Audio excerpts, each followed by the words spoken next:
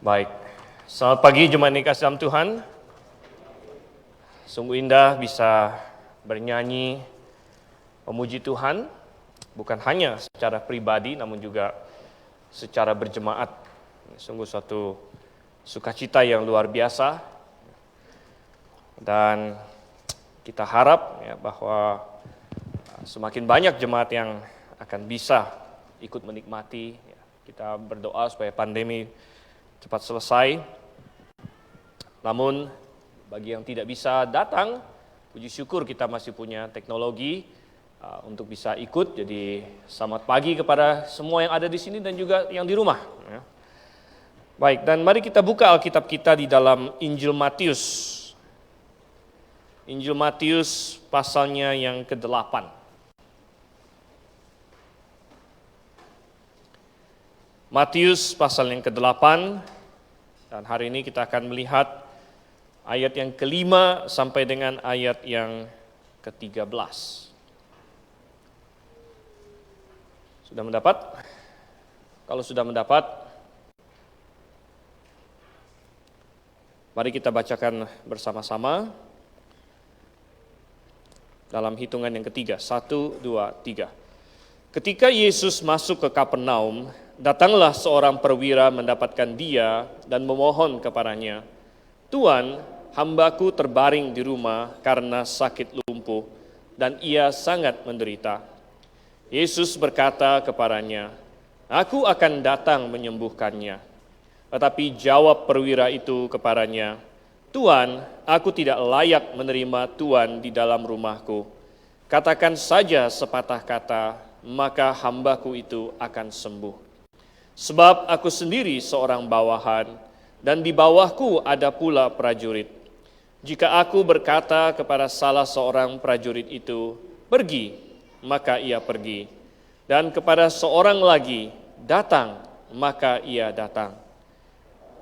Kepada hambaku, 'Kerjakanlah ini,' maka ia mengerjakannya." Setelah Yesus mendengar hal itu, heranlah ia dan berkata kepada mereka yang mengikutinya, "Aku berkata kepadamu, sesungguhnya iman sebesar ini tidak pernah aku jumpai pada seorang pun di antara orang Israel. Aku berkata kepadamu, banyak orang akan datang dari timur dan barat dan duduk makan bersama-sama dengan Abraham, Ishak dan Yakub di dalam kerajaan sorga. Sedangkan anak-anak kerajaan itu akan dicampakkan ke dalam kegelapan yang paling gelap. Di sanalah akan terdapat ratap dan kertak gigi." Lalu Yesus berkata kepada perwira itu, "Pulanglah dan jadilah kepadamu seperti yang engkau percaya." Maka pada saat itu juga sembuhlah hambanya. Mari kita bersatu dalam doa. Bapa di surga, terima kasih untuk firman-Mu yang Kau berikan kepada kami, sehingga kami yang sudah percaya kepadamu, kami mendapatkan pedoman. Bahkan yang belum percaya kepadamu sekalipun mendapatkan petunjuk dari firman-Mu. Tuhan, tolonglah supaya kami bisa mengerti kebenaran-Mu, dan terlebih kami memasukkannya ke dalam hati kami untuk dilakukan. Pimpin kami Tuhan, terangi hati dan pikiran kami, agar kami berfokus kepada kebenaran-Mu. Kami berdoa dalam nama Yesus Kristus. Amin. Baik, kita masih dalam pembelajaran tentang kitab Matius, dan kita sudah selesai khotbah di bukit yang sangat panjang, pasal 5 sampai pasal 7. Lalu seperti yang sudah kita lihat bulan lalu, mulai dari pasal 8, Matius menceritakan tentang berbagai mukjizat yang Yesus lakukan. Karena Matius ingin mempresentasikan Yesus Kristus sebagai Raja, Mesias orang Yahudi dan Mesias dunia. Sehingga untuk itu dia membeberkan segala hal yang dikerjakan oleh Tuhan kita. Dan ini yang salah satu yang kita baca, yaitu tentang Yesus menyembuhkan hamba seorang perwira. Perwira di sini adalah seorang centurion di dalam bahasa aslinya, yaitu seorang kepala pasukan 100. Jadi dia ini memimpin, di bawah dia ada 100 orang. Jadi ini perwira, mungkin perwira menengah lah kalau di dalam sekarang begitu. Nah, saudara yang kasih dalam Tuhan, dalam kisah yang sangat luar biasa ini, kita mendapatkan banyak hal yang mengherankan, banyak hal yang menakjubkan bagi kita. Ada banyak hal yang tidak lazim di sini yang luar biasa sebenarnya. Dan kita bisa melihat beberapa, kita bisa menyinggung beberapa dengan cepat. Misalnya, satu hal yang heran adalah bahwa seorang perwira Romawi, seorang centurion di sini, dia bukan orang Yahudi.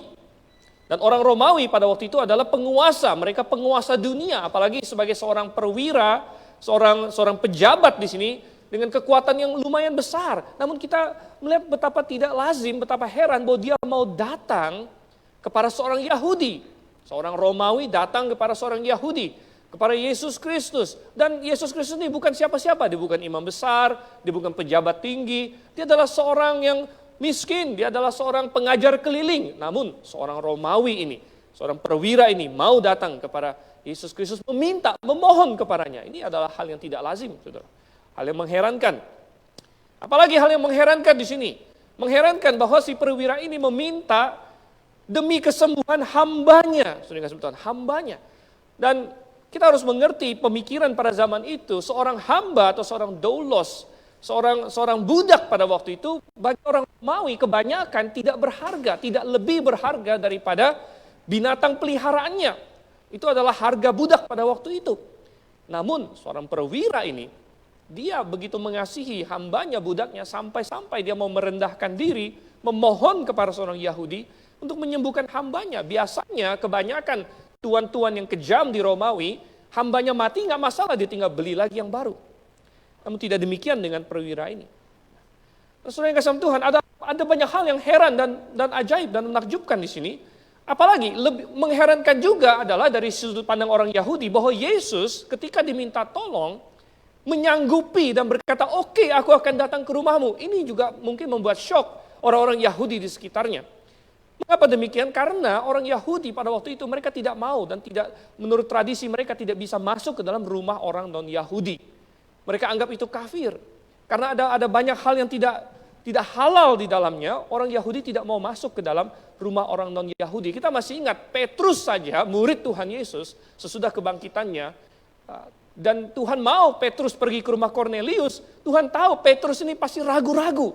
Petrus ini pasti penuh dengan syak dan prasangka, dengan beban tradisi ribuan tahun orang Yahudi di atas pundaknya, yang berkata kamu tidak boleh masuk ke rumah Kornelius, orang non-Yahudi. Sehingga Tuhan sampai kasih penglihatan kepada dia 3 kali, tentang dia turunkan makanan dan sebagainya. Itu pun setelah Petrus masuk ke rumah Kornelius dan balik ke Yerusalem, dia ditanya, dia dicecar, dia diinterogasi oleh dewan di Yerusalem, berkata, kenapa kami dengar kamu masuk ke rumah orang non-Yahudi? Sedemikian mereka pada waktu itu. Namun yang sangat luar biasa dan mengejutkan adalah Tuhan Yesus tanpa keraguan sedikit pun. Ketika perwira ini datang dan berkata, tolonglah sembuhkan hambaku. Tuhan Yesus berkata apa di ayat yang ke-7? Aku akan datang menyembuhkannya. Tuhan kita berkata, aku akan datang ke rumah. Ini juga suatu hal yang mengejutkan. Tapi saudara yang kasih Tuhan, di antara semua, dan ada lagi hal-hal lain yang mengejutkan, tapi kita tidak akan bahas panjang lebar. Saya ingin berfokus kepada hal yang paling mengejutkan di dalam kisah ini.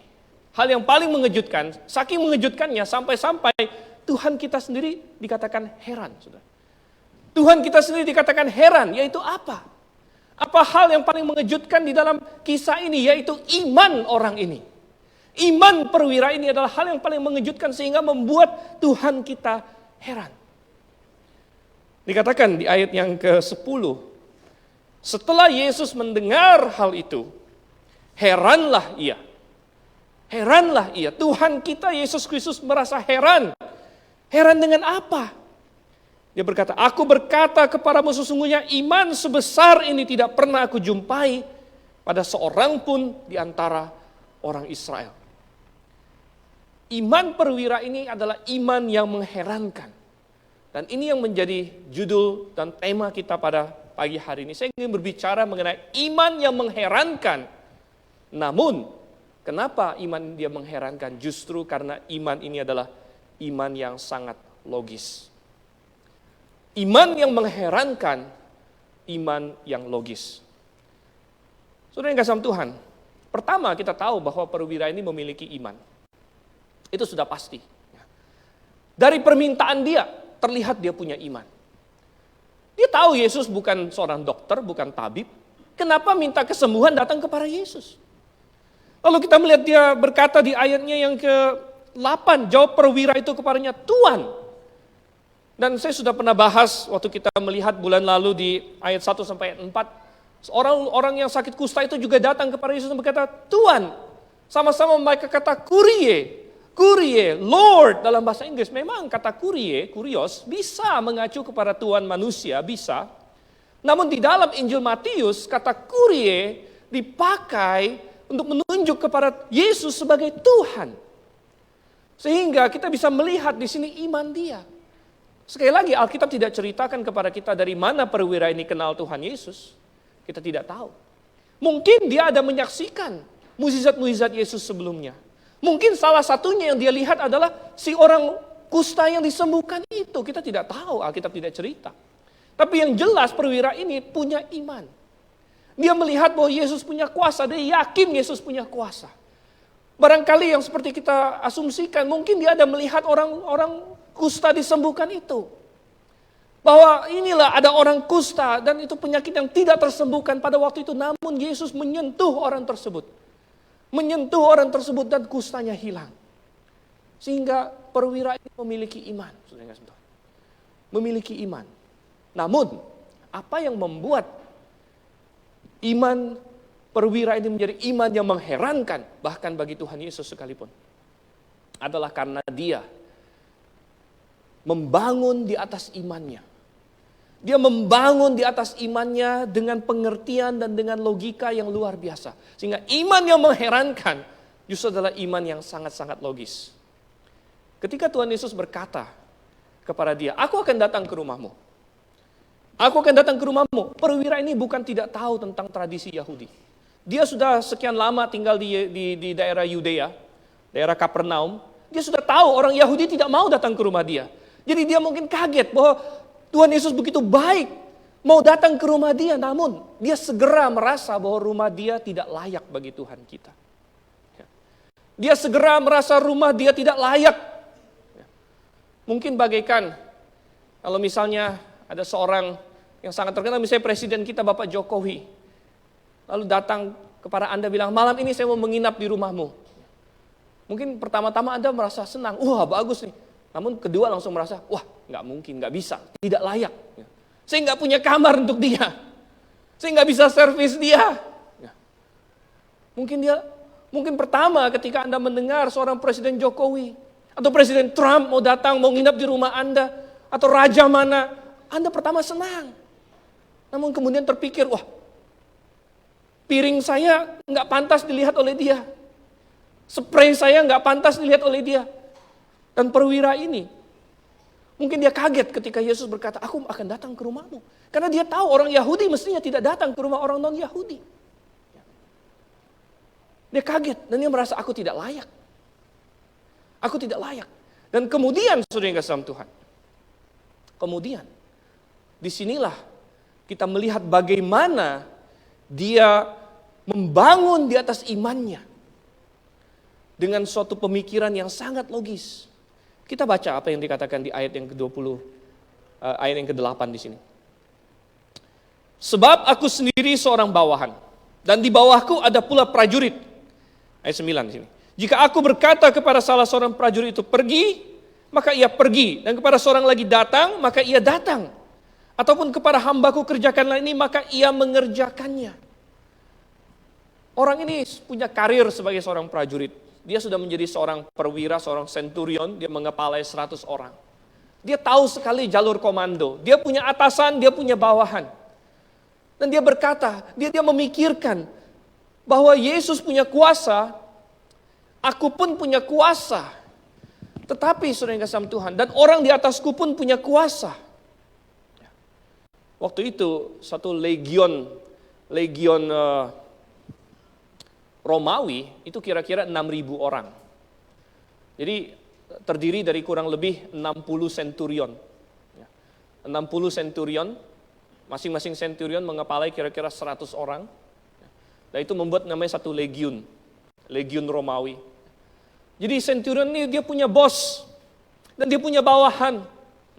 Dan dia berkata, dia ngerti tentang kuasa, dia ngerti tentang otoritas. Dia sangat paham akan hal itu. Dan dia berkata, kalau bos saya suruh saya bikin A, saya harus lakukan. Dan kalau saya menyuruh bawahan saya, kamu kerjakan ini. Misalnya saya ingin cuci kuda saya. Dia punya kuda, seorang centurion pasti punya kuda. Dia ingin kuda yang cuci, dia nggak perlu turun tangan. Dia tinggal bilang sama salah satu anak buahnya, cuci kuda saya. Itu akan dilaksanakan. Dia sangat mengerti tentang otoritas. Sehingga dia berkata kepada Tuhan kita, aku tidak layak engkau datang ke rumahku. Aku yakin engkau punya otoritas. Dan karena engkau punya otoritas, maka engkau tidak perlu turun tangan sendiri. Tidak perlu engkau sebagai Tuhan itu datang ke rumahku dengan sepatah kata saja. Dengan otoritas yang engkau miliki, maka itu bisa terlaksana. Sama seperti kalau aku mau beli barang di pasar, aku tidak perlu turun tangan. Aku tinggal suruh salah satu bujangku, tolong belikan. Dia akan belikan. Kalau aku ingin cuci keretaku, aku tinggal bilang, aku tidak perlu cuci sendiri.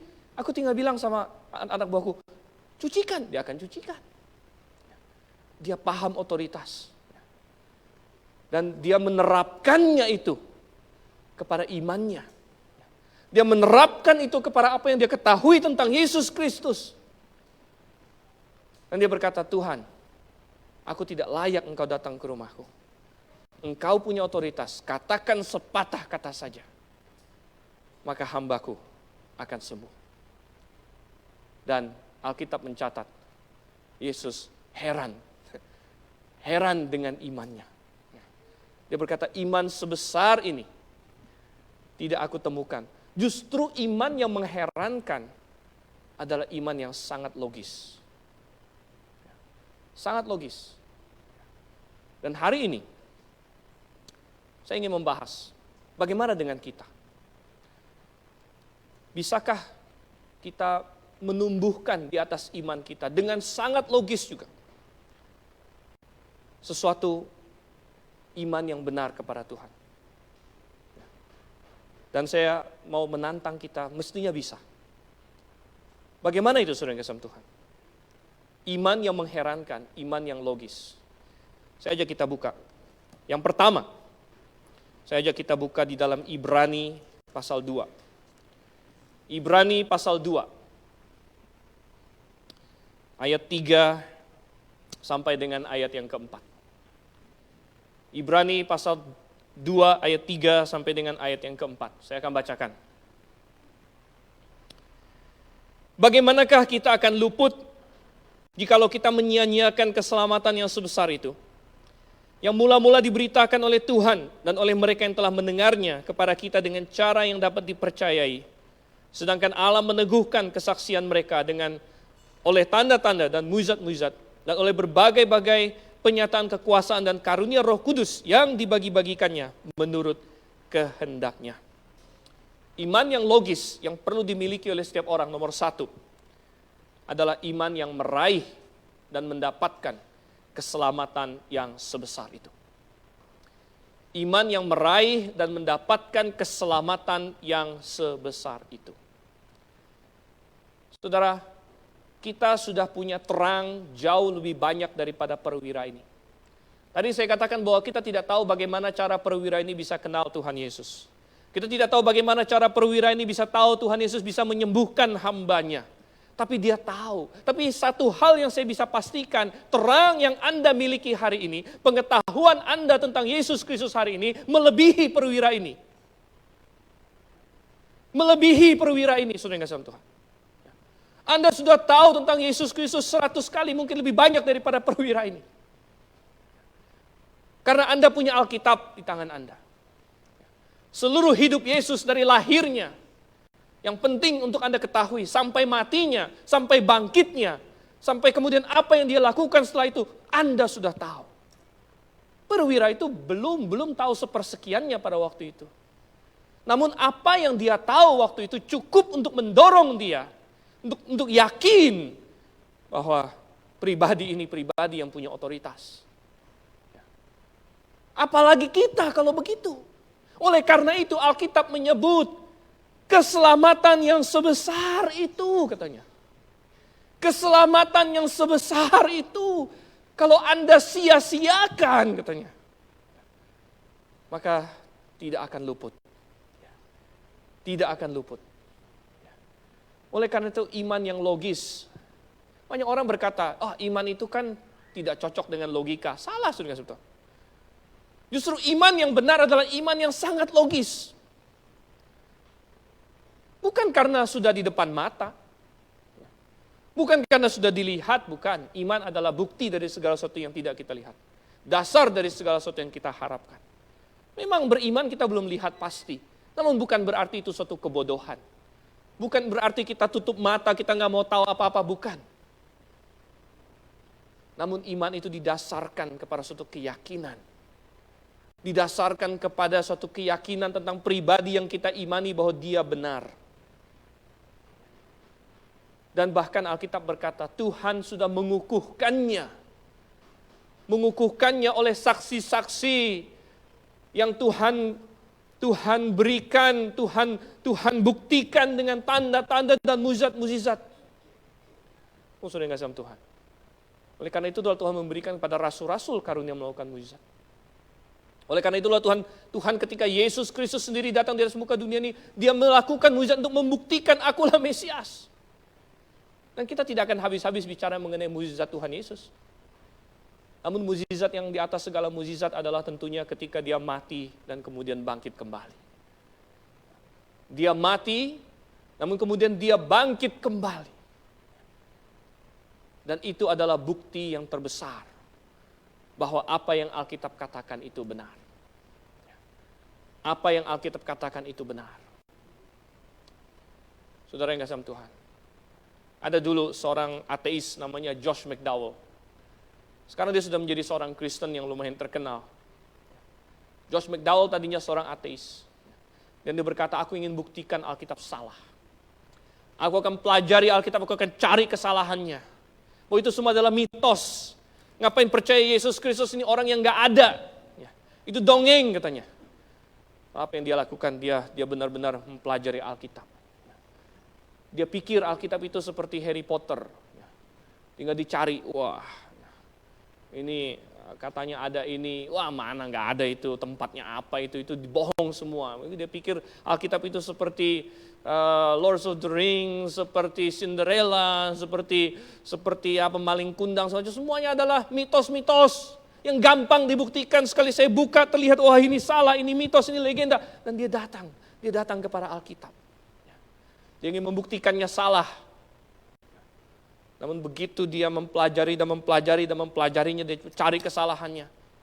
Sebaliknya dia dapatkan. Ternyata Alkitab itu benar. Bahwa Yesus Kristus itu bangkit. Tidak ada penjelasan lain. Kalau Yesus Kristus tidak bangkit, kekristenan mestinya tidak ada.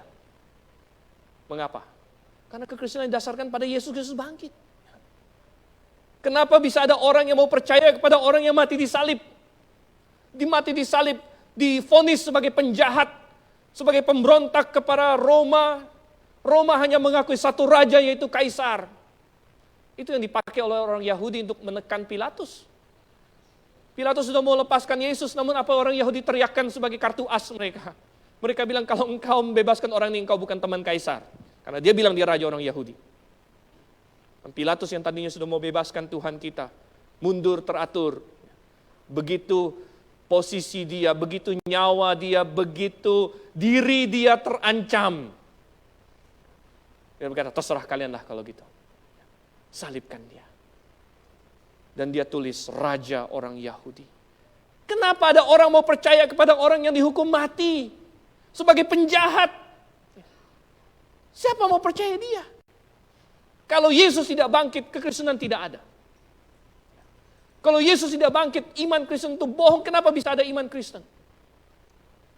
Namun kemudian, Alkitab mencatat, lebih dari 500 orang menjadi saksi kebangkitan Yesus Kristus. Melihat dia dengan mata sendiri. Menyentuh dia. Pegang dia, sesudah dia bangkit, makan bersama dengan dia. Saudara, di dalam pengadilan, 2 orang saksi sudah jauh lebih cukup. 3 orang saksi, wow luar biasa kuat kasusnya. 10 orang saksi tidak diragukan lagi, ini 500 orang saksi. 500 orang saksi yang berkata bahwa Yesus hidup. Dia bangkit. Oleh karena itu, ini adalah iman yang didasarkan kepada bukti-bukti yang logis. Oleh karena itu, saudara yang kasih Tuhan, iman yang logis, nomor 1 adalah iman yang meraih dan mendapatkan keselamatan yang sebesar itu. Sudahkah Anda mengambil langkah itu? Jangan Anda berkata, oh saya kan orang Kristen, saya tahulah Yesus Kristus bangkit. Puji Tuhan kalau Anda tahu, tapi tahu saja tidak cukup. Coba kita kembali ke dalam Matius pasal 8. Ada peringatan yang sangat penting. Matius pasal 8 ayat 11. Tuhan Yesus memberi suatu peringatan. Aku berkata kepadamu, banyak orang akan datang dari timur dan barat dan duduk makan bersama-sama dengan Abraham, Ishak dan Yakub di dalam kerajaan sorga. Sedangkan anak-anak kerajaan itu akan dicampakkan ke dalam kegelapan yang paling gelap. Di sanalah akan terdapat ratap dan kertak gigi. Siapa yang dimaksud Tuhan Yesus? Anak-anak kerajaan adalah orang-orang Yahudi. Karena orang-orang Yahudi semestinya adalah penerima janji akan kerajaan sorga. Mereka lah yang Tuhan janjikan akan memiliki kerajaan Daud, yaitu kerajaan 1000 tahun itu. Namun Tuhan kita tahu bahwa orang Yahudi akan mayoritas menolak dia. Sedangkan orang non-Yahudi ini, perwira Romawi ini justru punya iman kepadanya. Sehingga Tuhan kita berkata, kalian yang mestinya memiliki kerajaan itu, kalian akan dicampakkan keluar. Tetapi ada banyak orang lain dari barat dan timur, dari bangsa-bangsa lain akan datang dan ikut mendapat bagian di sana. Saudara, orang Yahudi ketika lahir sudah jadi orang Yahudi. Karena dia berpikir, oh saya inilah pewaris. Sehingga mereka melupakan bahwa perjanjian keselamatan Allah tidak diwariskan dari bapak ke anak. Melainkan adalah hubungan pribadi. Hubungan pribadi Tuhan dengan tiap-tiap orang. Sudah yang kasih Tuhan. Banyak orang Kristen hari ini juga salah berpikir. Bukan karena saya lahir sebagai orang Kristen. Orang tua saya orang Kristen. Bahwa saya di gereja. Lebih-lebih lagi kalau di gereja yang Alkitabiah. Baptis Independen Alkitabiah. Wah. Di nama gerejanya sudah ada Alkitabiah. Maka saya pasti diselamatkan. Oh tidak. Tidak. Melainkan barang siapa yang memiliki hubungan pribadi dengan Tuhan. Barang siapa yang secara pribadi telah meminta berseru kepada Tuhan. Tuhan, aku orang berdosa. Tuhan, aku menyesal atas dosa-dosaku. Dan aku minta Engkau menyelamatkan aku. Hanya Dialah yang memiliki keselamatan itu. Keselamatan yang begitu besar. Namun yang bisa disia-siakan. Sehingga Ibrani tadi pasal 2 kita telah melihat peringatan Tuhan. Jikalau kita menyia-nyiakan keselamatan yang sebesar itu, maka kita tidak akan luput. Dulu kita sering ada suatu istilah berkata di grafe ini, jangan sampai menjadi tikus yang mati di lumbung padi. Tikus yang mati di lumbung padi. Mestinya kalau tikus di lumbung padi, itu nggak akan mati. Karena apa? Makanannya berlimpah. Namun siapa tahu ada tikus yang diet berlebihan mungkin, gitu ya. Padi ada di depan dia, begitu. Dia nggak mau makan, dan akhirnya mati kelaparan. Kebenaran begitu banyak tadi kita sudah katakan. Kita sudah tahu tentang Tuhan kita tahu tentang keselamatan mungkin 100 kali lebih banyak dari para perwira itu pada waktu itu. Kita punya Alkitab di tangan kita dari Kejadian sampai Wahyu. Alkitab apa yang dia punya? Perjanjian lama saja adanya dalam gulungan-gulungan di bait suci. Perjanjian baru belum ditulis. Namun kita punya itu di tangan kita. Sehingga sungguh keselamatan yang sebesar itu, kalau kita sia-siakan, maka kita tidak akan luput. Oleh karena itu mari, Anda sudah tahu tentang Yesus? Bagus. Anda percaya dia Tuhan? Bagus. Iblis pun tahu dia Tuhan. Mari kita membangun di atas itu dengan logis. Kalau Yesus Kristus memang Tuhan, kalau Dia bangkit dari antara orang mati, maka saya harus mengandalkan Dia untuk keselamatan saya. Maka saya harus percaya kepadanya. Maka saya tidak boleh berpangku tangan. Maka saya harus melakukan apa yang firman Tuhan katakan untuk berseru kepada Dia, untuk bertobat dan percaya kepadanya. Saya tidak boleh diam-diam saja. Maka itu menjadi iman yang mendapatkan keselamatan. Kita masuk sekarang ke poin yang kedua, saudara. Mungkin ada yang berkata di sini, saya sudah diselamatkan. Oke, puji Tuhan. Jangan stop sampai di sana. Iman yang mengherankan adalah iman yang logis. Kalau tadi logis pertama, logis keselamatan. Kalau Yesus memang Tuhan, kalau Dia memang bangkit dan itu ada bukti-buktinya, maka saya perlu percaya kepadanya. Iman yang kedua yang logis. Coba kita buka Roma pasal 8. Roma pasal 8.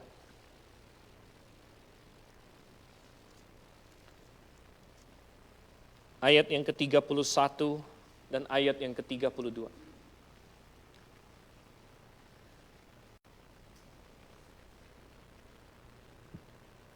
Roma 8 ayat 31 dan 32 saya bacakan.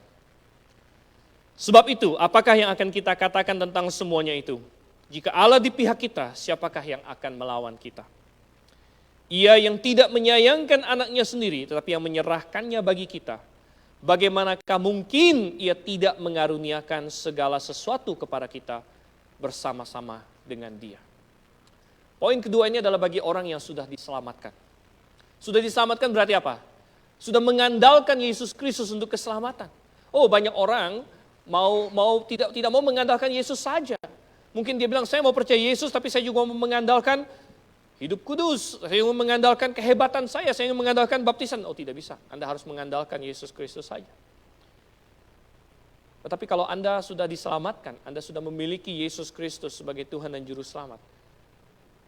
Anda tahu bahwa Yesus sudah mati bagi Anda.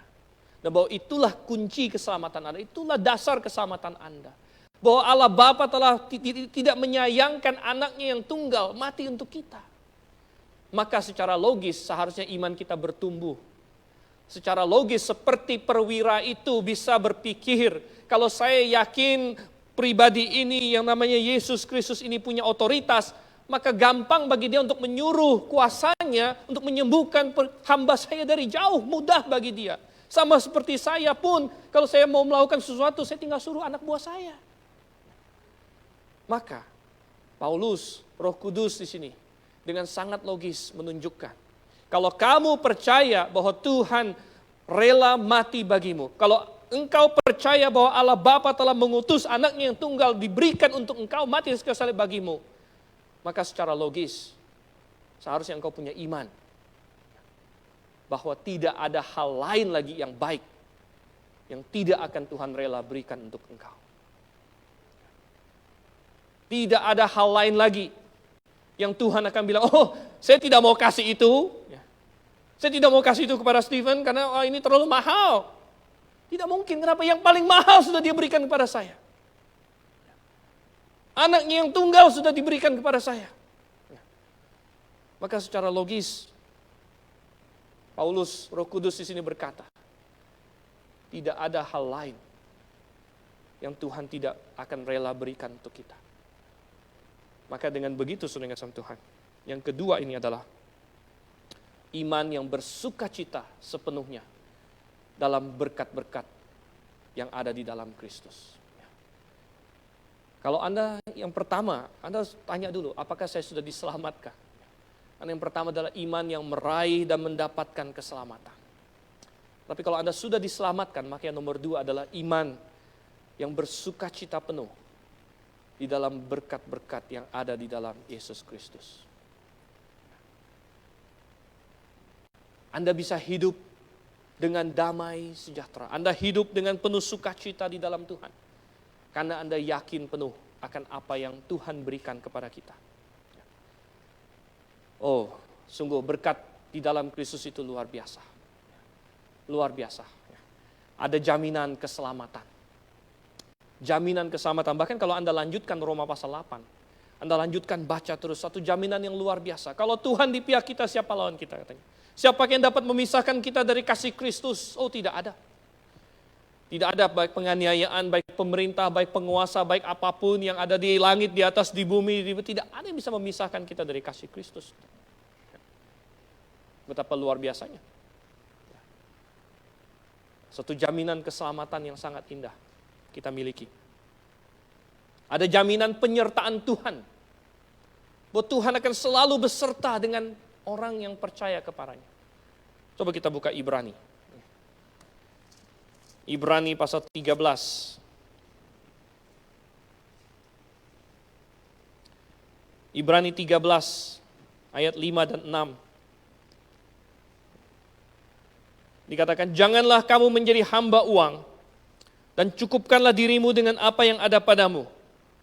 Karena Allah telah berfirman, aku sekali-kali tidak akan membiarkan engkau dan aku sekali-kali tidak akan meninggalkan engkau. Sebab itu dengan yakin kita dapat berkata, Tuhan adalah penolongku, aku tidak akan takut. Apakah yang dapat dilakukan manusia terhadap aku? Ini adalah iman yang logis, saudara. Iman yang logis kata bahwa kalau Tuhan itu pencipta langit dan bumi, apakah yang dapat membuat aku takut kalau aku adalah anaknya, kalau dia beserta dengan aku? Apakah yang perlu aku takuti? Kalau misalnya Tuhan adalah pemilik alam semesta ini, dia adalah pemilik segala binatang di hutan, pemilik semua intan di segala pertambangan, segala emas di dunia ini, itu adalah milik Tuhan. Segala batu permata, segala apa itu adalah milik Tuhan. Dan kalau Tuhan bersama dengan aku, kenapa aku harus takut? Mungkin kita berkata, wow besar sekali iman itu. Itu adalah iman yang logis, saudara. Yang membuat mengherankan adalah karena begitu banyak orang yang tidak punya iman seperti itu. Sehingga ketika ada satu yang punya iman, heran. Padahal itu logis. Sama seperti perwira itu dengan sangat logis berkata, loh, aku kan tinggal disuruh-suruh sama bos saya. Saya juga tinggal suruh-suruh anak buah saya. Kalau Yesus ini punya otoritas, dia tinggal suruh aja, tinggal satu perintah, sembuh-sembuh katanya. Wih, logika juga ya, logis sekali. Tapi Yesus bilang, heran, kenapa? Nggak ada yang lain yang percaya seperti itu. Gitu. Di seluruh Israel nggak ada yang seperti itu. Sehingga mengherankan. Mestinya apa? Mestinya kita juga tinggal berlogika. Berlogika bukan berdasarkan pemikiran kita sendiri, berdasarkan apa yang firman Tuhan sudah katakan. Oh, aku beserta dengan engkau. Aku tidak perlu takut. Aku tidak takut. Saudara,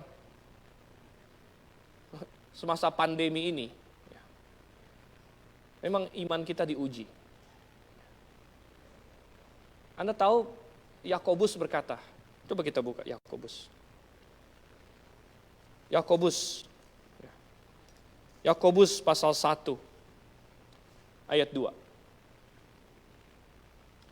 Yakobus 1 ayat 2.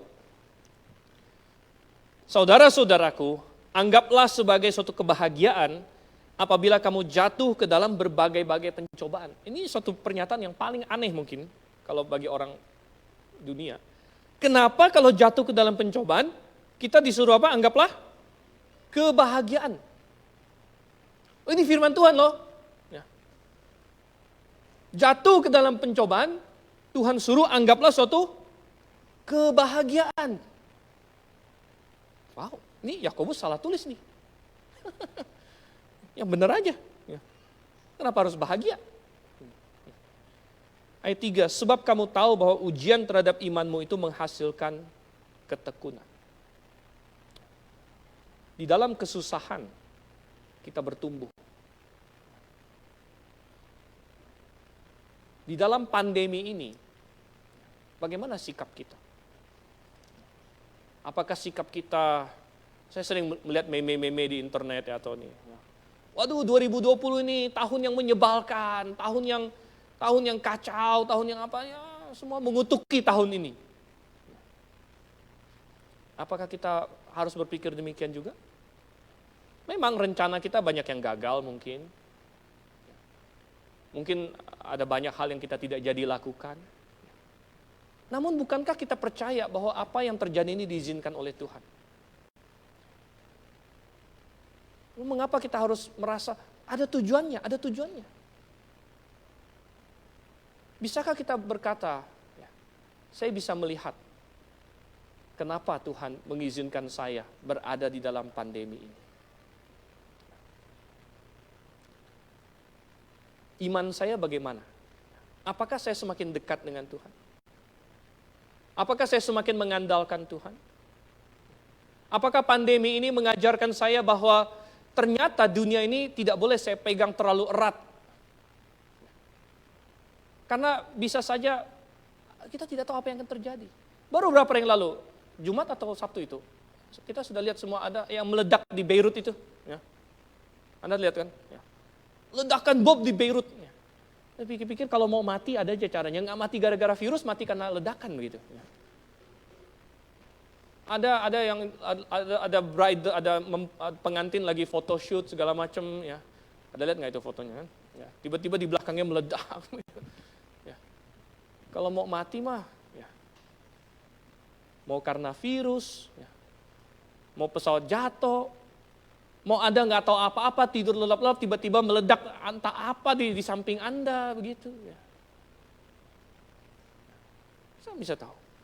Ada begitu banyak cerita orang yang karena pandemi ini begitu ketakutan. Mengunci diri di rumah, nggak pernah keluar, pakai masker. Di rumah aja pakai masker, ya heran juga ya. Ya. Kalau di sini pakai masker itu wajar, ya, wajar. Ada cerita-cerita orang yang nggak pernah kemana-mana, macam, kena juga gitu. Saya pikir-pikir, kena di mana dia? Ya, ya. Udah nggak kemana-mana, menyendiri di rumah. Wah ini kena juga COVID. Gitu. Saya bukan mengatakan ini untuk berkata kita tidak perlu hati-hati, bukan. Tapi saya mengatakan ini untuk berkata kita tidak perlu takut karena Tuhan tidak pernah mau kita takut. Karena kita berkata, Tuhan berkata, aku beserta dengan engkau. Kalau memang Tuhan beserta dengan kamu, kalau kamu sudah diselamatkan. Dan kalau kamu hidup sesuai dengan kehendaknya. Kita bisa berkata, Tuhan beserta dengan aku, untuk apa aku takut? Dengan yakin kita bisa kata demikian. Untuk apa aku takut? Kita bisa hidup dengan sukacita di dalam berkat-berkat yang Tuhan telah berikan. Dengan mengetahui, kenapa kita harus berbahagia kalau kena pencobaan? Karena setiap pencobaan yang Tuhan izinkan dalam hidup kita, itu berguna untuk kita. Itu baik untuk kita. Roma 8:28. Allah turut bekerja dalam segala sesuatu untuk mendatangkan kebaikan. Kadang-kadang Tuhan tahu, yang kita butuhkan adalah kesusahan. Yang kita butuhkan adalah satu masalah ini dalam hidup kita. Ini membuat kita bertumbuh. Anda ingat Daud? Daud umur belasan tahun diurapi menjadi raja. Menjadi raja.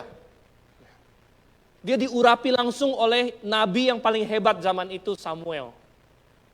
Diurapi langsung jadi raja. Tapi kemudian Tuhan izinkan Daud harus lari pontang-panting.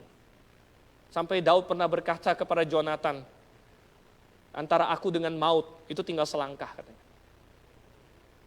Antara aku dengan maut tinggal selangkah. Berapa kali Saul raja sudah ambil tombak dia. Dia mengelak, ya mungkin nggak tahu meleset berapa senti, saudara. Dia bisa berkata, Tuhan bukankah engkau bilang aku bakal jadi raja? Mau jadi raja apa? Ya, raja sate atau apa ini ditusuk sama Saul begini ya?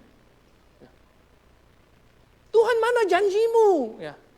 Aku diurapi, belasan tahun aku diurapi jadi raja. Mana? Udah sekarang udah berapa belas tahun mana aku nggak jadi raja, aku jadi buronan. Mana Tuhan? Tapi Tuhan izinkan itu kenapa? Tuhan bilang, Daud kamu perlu ini. Kamu perlu ini untuk membuat engkau menjadi raja yang aku inginkan. Engkau perlu mengalami ini untuk menjadi pemazmur Israel. Sehingga apa saudara, hari ini Mazmur menjadi salah satu kitab favorit saya bagi selama pandemi.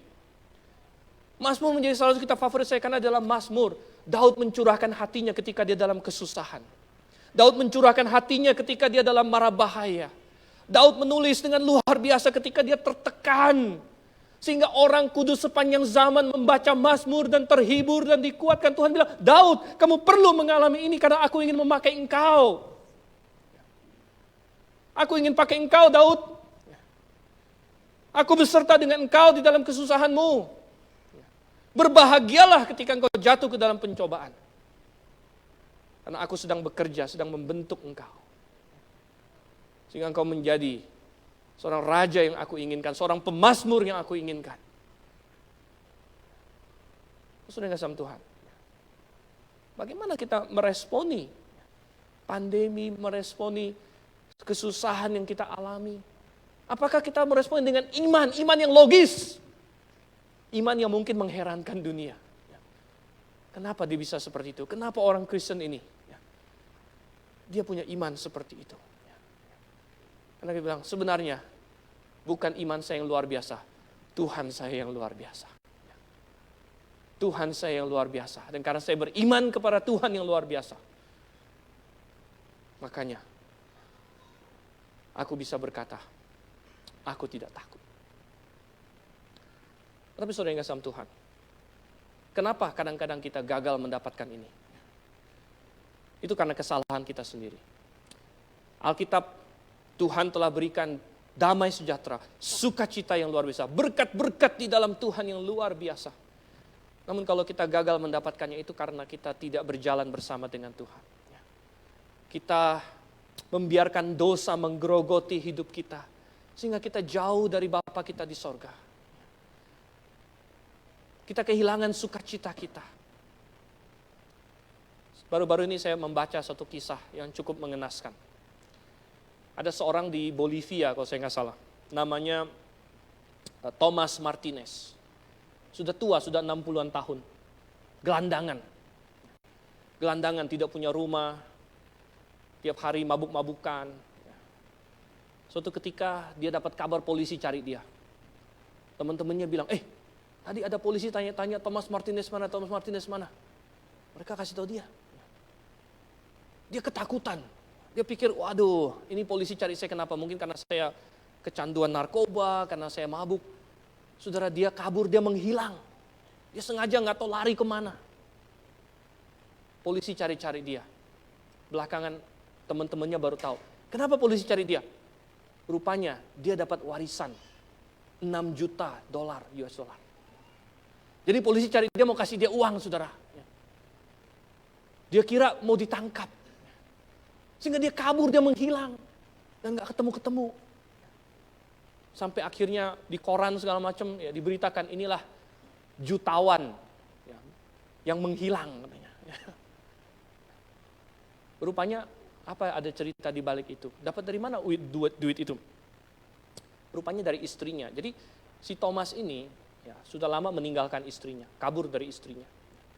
Istrinya juga sebenarnya orang biasa, bukan kaya. Namun istrinya ini punya orang tua apa nenek atau kakek yang kaya raya. Jadi kakek neneknya mati, istrinya dapat warisan. Istrinya mati, rupanya istrinya masih mengasihi dia, walaupun dia sudah ditinggalkan oleh suami. Jadi istrinya taruh di ininya, uang ini diberikan untuk suami saya. Sehingga polisi cari-cari si Thomas ini. Mana Thomas Martinez? Karena dia punya uang banyak. Tapi akhirnya walaupun dia sebenarnya kaya raya, dia tidak menikmati sepeser pun. Mengapa, saudara? Nomor satu, karena dia punya hubungan yang buruk dengan si ahli waris. Ahli warisnya itu istrinya. Tapi hubungan dia buruk. Udah lama ditinggalin istrinya. Dia nggak tahu istrinya mau kasih dia duit segitu banyak, dia nggak tahu.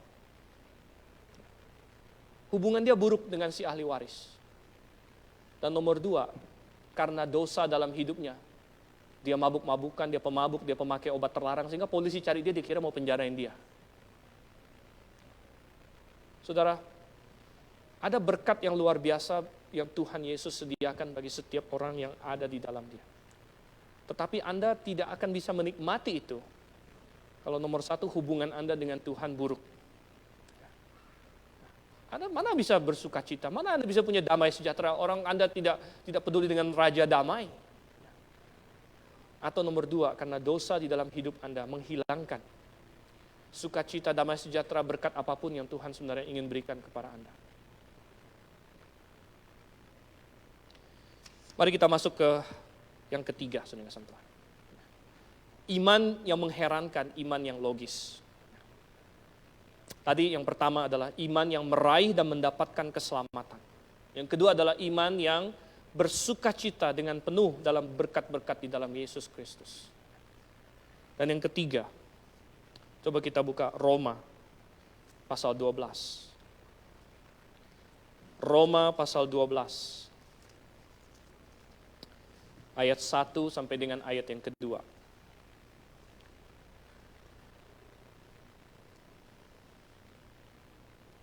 Roma 12 ayat 1 sampai 2.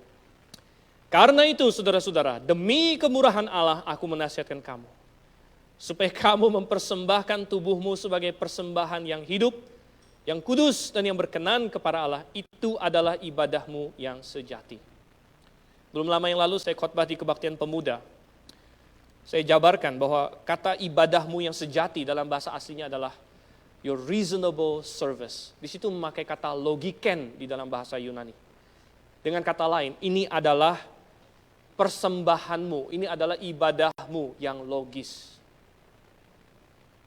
Dan saudara yang kasih Tuhan, ini poin ketiga kita. Iman yang logis adalah iman yang mau mempersembahkan diri kepada Tuhan.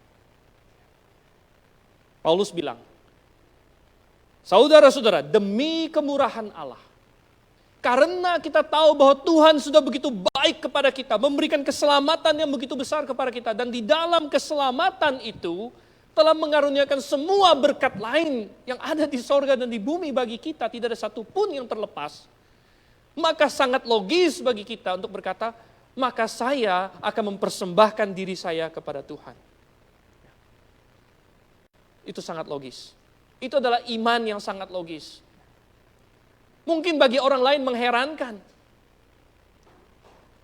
Ada seorang misioneri ke Afrika. Temannya David Livingstone. Dan dia berkata apa? Kalau aku punya 10 hidup lagi, 10-10nya aku kembalikan, aku serahkan lagi untuk menjadi misioneri ke Afrika. Wow, dia berkata, betapa hebat iman orang ini. Namun saudara yang kasih Tuhan, ini adalah iman yang logis. Karena dia sudah mengecap kebaikan Tuhan.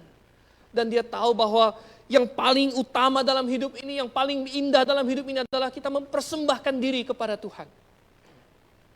Saudara, mempersembahkan diri kepada Tuhan bukan berarti harus menjadi pengkhotbah. Bukan berarti harus berdiri di balik mimbar ini. Tapi mempersembahkan diri kepada Tuhan berarti kita berkata kepada Tuhan, aku milikmu, apapun yang engkau ingin aku lakukan, aku akan lakukan.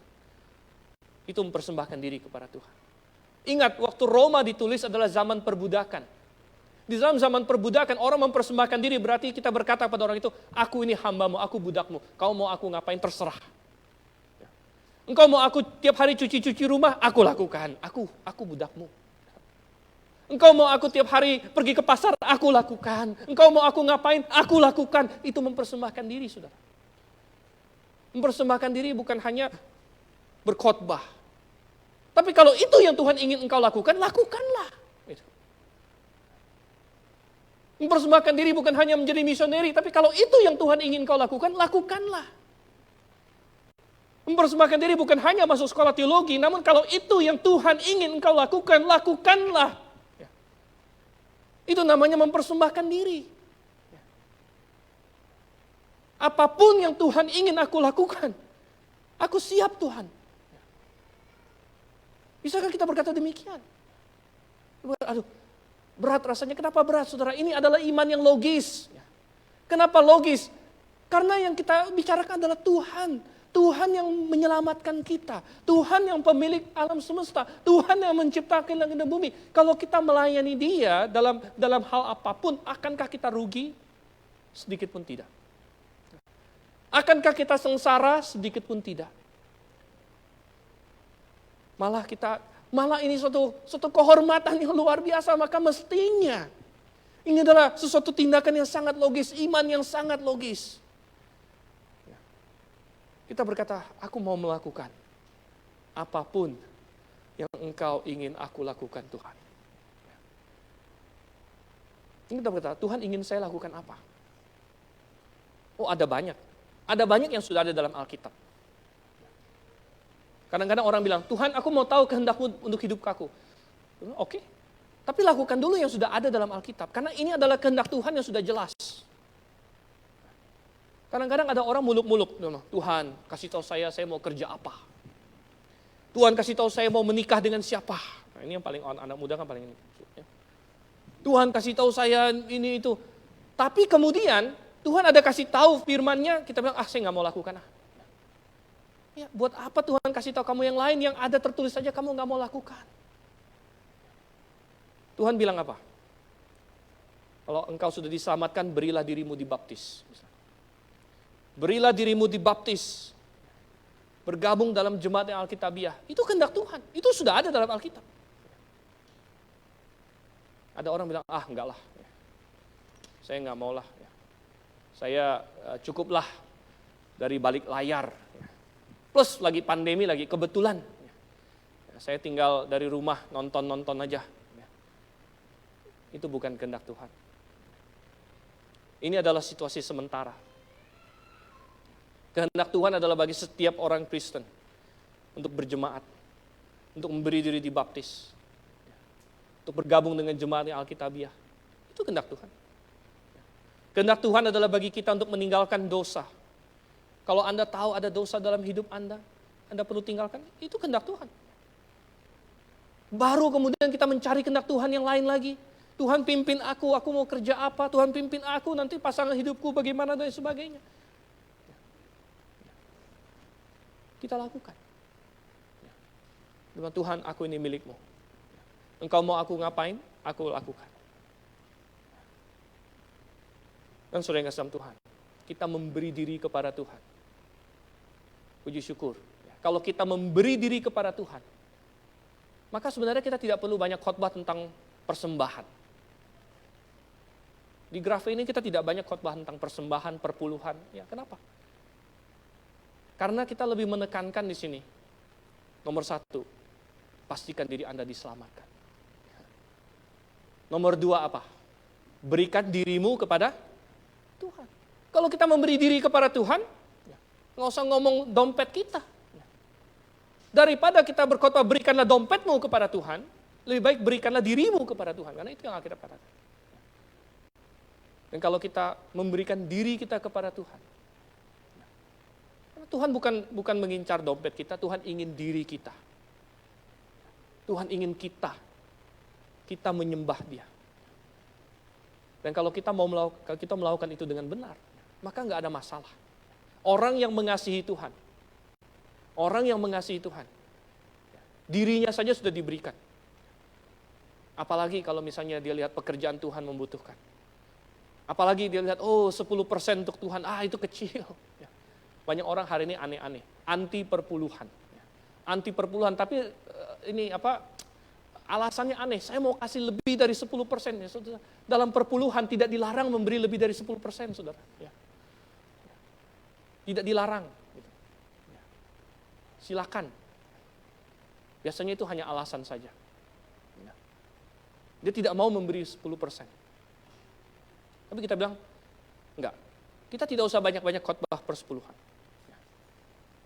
Yang Tuhan inginkan adalah, berilah dirimu. Mempersembahkan diri kita. Diri kita, Tuhan. Aku ini milikmu Tuhan. Adakah kita memiliki iman itu? Iman yang mengherankan. Saudara, saya ingin menutup dengan mengatakan, di dalam 4 Injil, 2 kali tercatat Yesus heran. Anda tahu apa saja? 1 kali adalah di Matius 8. Dia heran karena iman perwira ini. 1 kali lagi Tuhan Yesus heran tercatat dalam Injil. Itu ada di mana? Coba kita buka. Markus pasal 6. Markus pasal 6.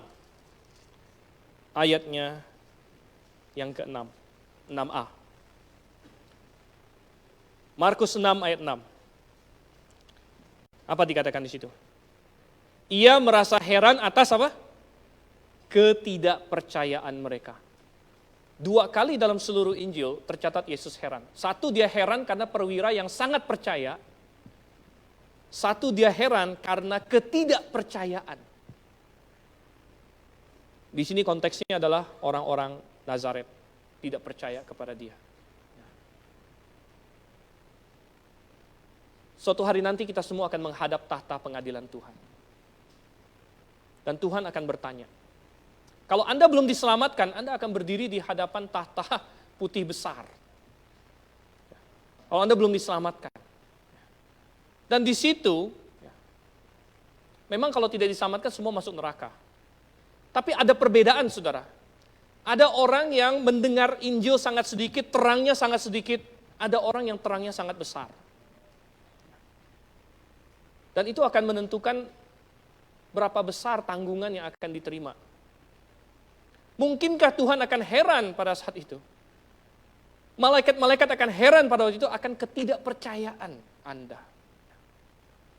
Dan mungkinkah malaikat-malaikat dan akan berkata, kenapa kamu tidak percaya?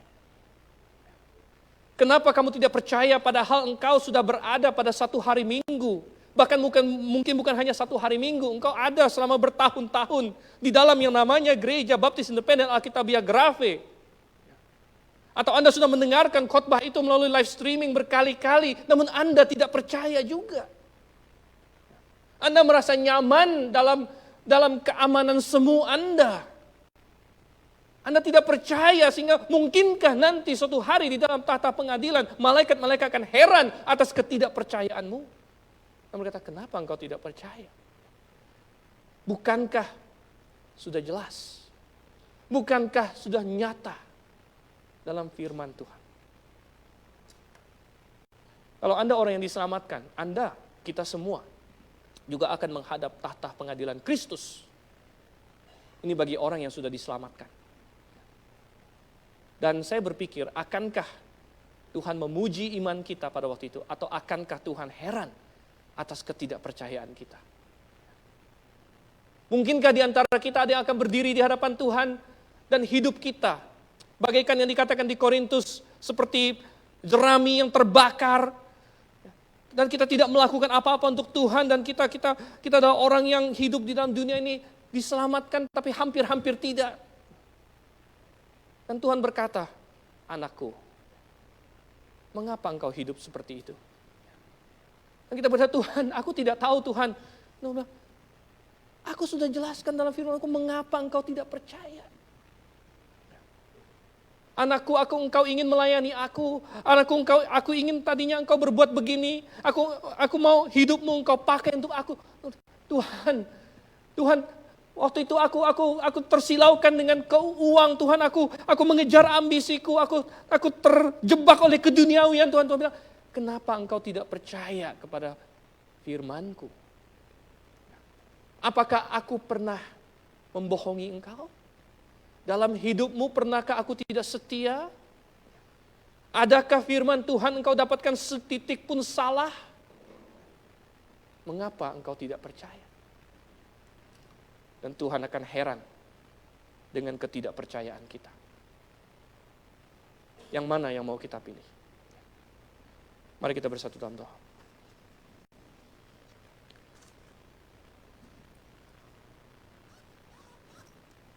Bapa di surga, Tuhan, sewaktu engkau di dunia ini, engkau menemui seorang perwira yang beriman kepada engkau. Dan membangun di atas imannya itu dengan kebenaran yang sangat logis.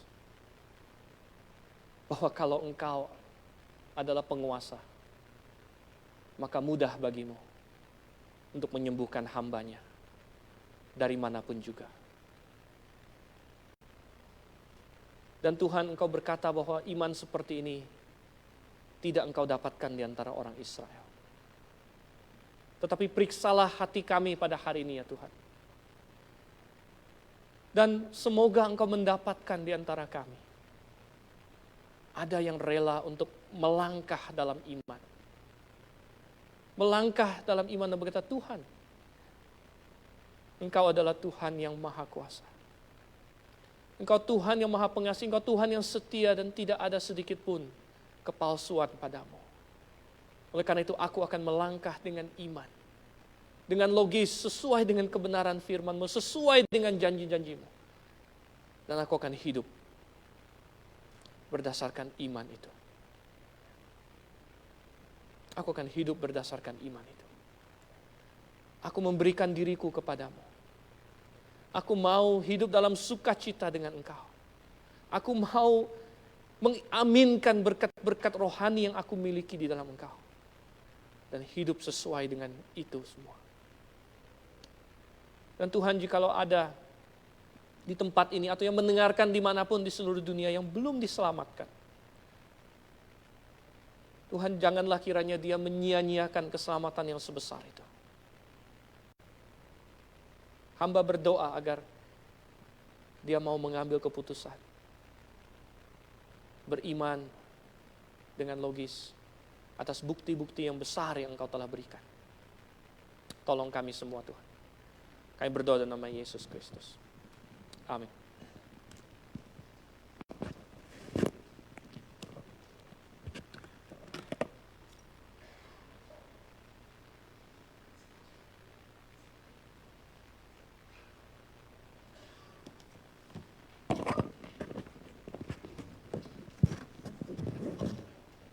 Oke, selamat siang jemaat sekalian.